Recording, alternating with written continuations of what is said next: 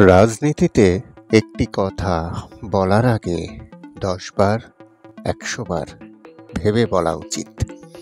তার প্রমাণ কিছুদিন আগেই পেয়েছেন সাবেক প্রধানমন্ত্রী শেখ হাসিনার একটি মাত্র কথা, চাকরি দেব মুক্তিযোদ্ধাদের নাতিপুতিদের নাকি রাজাকারের নাতিপুতিদের। এই একটি কথাই কিন্তু আন্দোলনের মোড়টা পুরো ঘুরিয়ে দিয়েছিল। শেষ রেজাল্টটা আপনারাই দেখেছেন। তাই রাজনীতিতে এমন কোনো কথা বলা উচিত নয় যে কথাটা একটা বিশাল বড় বিষয় হয়ে দাঁড়ায়। সাবেক প্রধানমন্ত্রী শেখ হাসিনা কিন্তু বারবার একটা কথাই বলেছেন, আন্দোলনটা আর ছাত্রদের মধ্যে সীমাবদ্ধ নেই। আন্দোলনটা চলে গেছে একটা গোষ্ঠীর হাতে। তারা তাদের এজেন্ডা বাস্তবায়ন করার জন্যই ছাত্রদেরকে ব্যবহার করছে। বৈষম্য বিরোধী ছাত্র আন্দোলনে জামাত, বিএনপি, ছাত্র শিবির সবাই উপস্থিত থাকতে পারে। বাংলাদেশের আপামর জনগণ সবাই উপস্থিত থাকতে পারে, কিন্তু আন্দোলনটা সম্পূর্ণ বৈষম্য বিরোধী আন্দোলন। এখানে না আছে কোনো বিএনপি, না আছে জামাত, না আছে শিবির, শুধুই বৈষম্য বিরোধী এবং ছাত্র আন্দোলন। ছাত্রদের একটা সম্মিলিত আন্দোলনের ফলপ্রসূ একটা রূপ সরকার পতন, কোটা সংস্কার এবং সর্বোপরি বৈষম্য দূরীকরণ।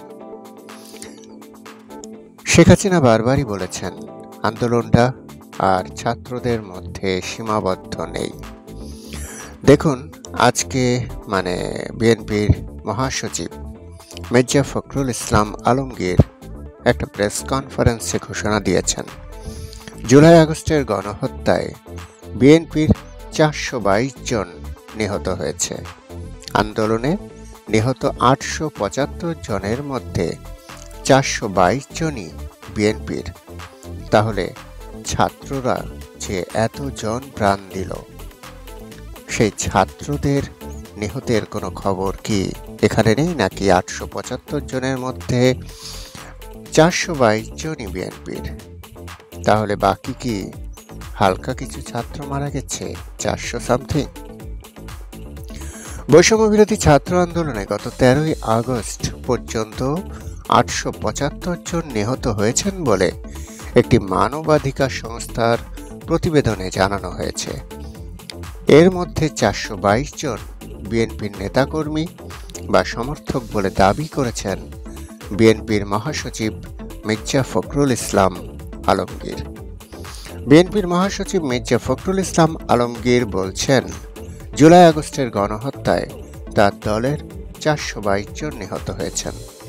নিহত প্রত্যেকের নাম, পরিচয় ও ঠিকানা তারা সংগ্রহ করেছেন। এই তালিকা বিএনপির ভেরিফাইড ওয়েবসাইটে প্রকাশ করা হবে। আজ রোববার বেলা 11:30টায় বিএনপির চেয়ারপারসনের গুলশানের রাজনৈতিক কার্যালয়ে আয়োজিত সংবাদ সম্মেলনে এসব কথাই বলেছেন বিএনপির মহাসচিব মির্জা ফখরুল। বিএনপির মহাসচিব বলেন, বিভিন্ন প্রতিবেদন অনুযায়ী জুলাই আগস্টের গণহত্যায় সারা দেশে ৮৭৫ জন শহীদ হয়েছে। এর মধ্যে কমপক্ষে ৪২২ জন বিএনপির রাজনীতির সঙ্গে জড়িত।